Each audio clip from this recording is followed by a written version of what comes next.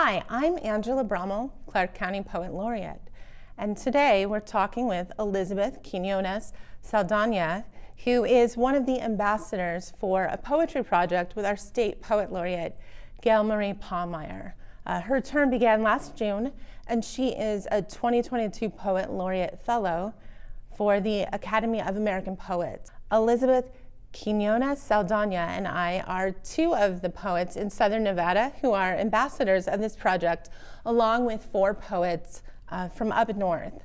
And so today we'd like to talk to you about that poetry project, which is called Nevadan to Nevadan, What I Need to Tell You. And it is a poetry project where Nevadans write letters to other Nevadans in poetry form. That is something that Elizabeth specializes in. So I wanted to talk with her a little bit about what that project might look like and why that form is so appealing to her. Well, thank you for meeting with me. I'm excited to be here. I think that epistolary poems, as a form, they are obviously written as letters, but taken more broadly, they can just be poems of direct address. And that lends itself to a lot of different usages.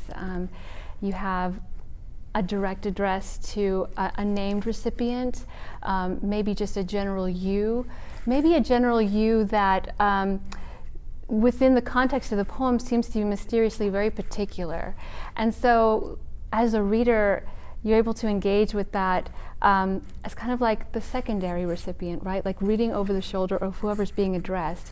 And I find that unique and really interesting and refreshing, because every time you approach that form, you can take it in so many different directions. So I'm excited about being part of this project, and I encourage people to write these kinds of poems to Nevadans. But also, that form also lends itself to writing to places, to objects, so you can write to Nevada. Right. And I think that's really cool. I love that. I was lucky enough to take your class at the Henderson Libraries earlier this year, and I love that because I had never thought about these poems so broadly in the way that we might talk to ourselves or talk to other people, or, as you said, a place. I do want to point out that Elizabeth has a beautiful book called Bougainvillea that came out through Tolson Books. Did it come out in 2019? 2019, yes.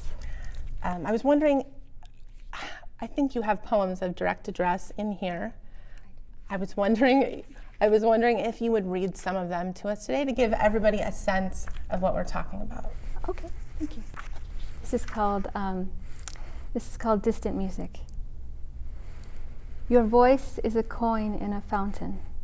You ask for one to drop. Your face is brilliant, transparent, an amber pendant at rest against me. Someday, if you ask, I will give it to you. Keep it for me, would you? It's really beautiful. Thank you. So some people might be nervous about writing the poem or coming to the class. So before you read the next one, what would you want people to know about the class that you're going to teach at the Winchester Saturday, November 12th from 10 a.m. to noon? Elizabeth will walk us through how to write this style of poem. I think it's a really approachable form.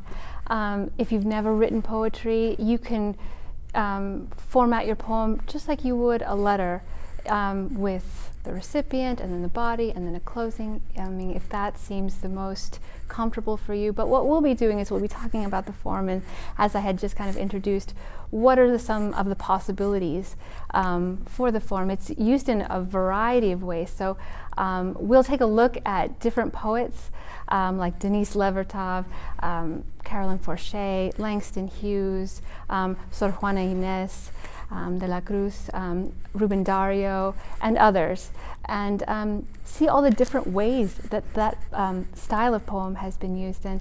And then hopefully that will give people inspiration or points of reference. At that point, we can kind of delve into trying it out.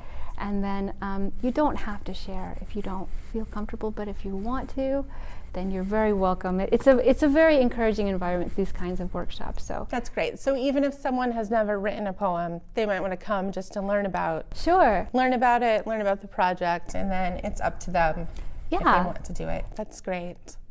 Can you read one more? Yes. Okay, thank you.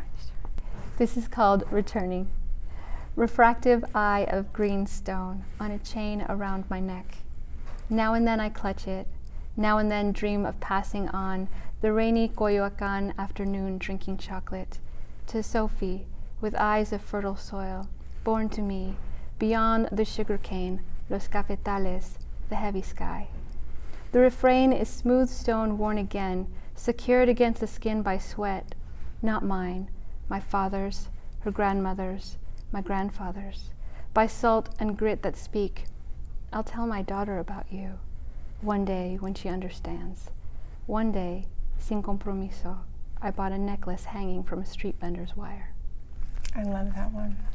It's so beautiful, thank you. So, Saturday, November 12th, 10 a.m. to noon at the Winchester Dondero Cultural Center, and we hope to see you there.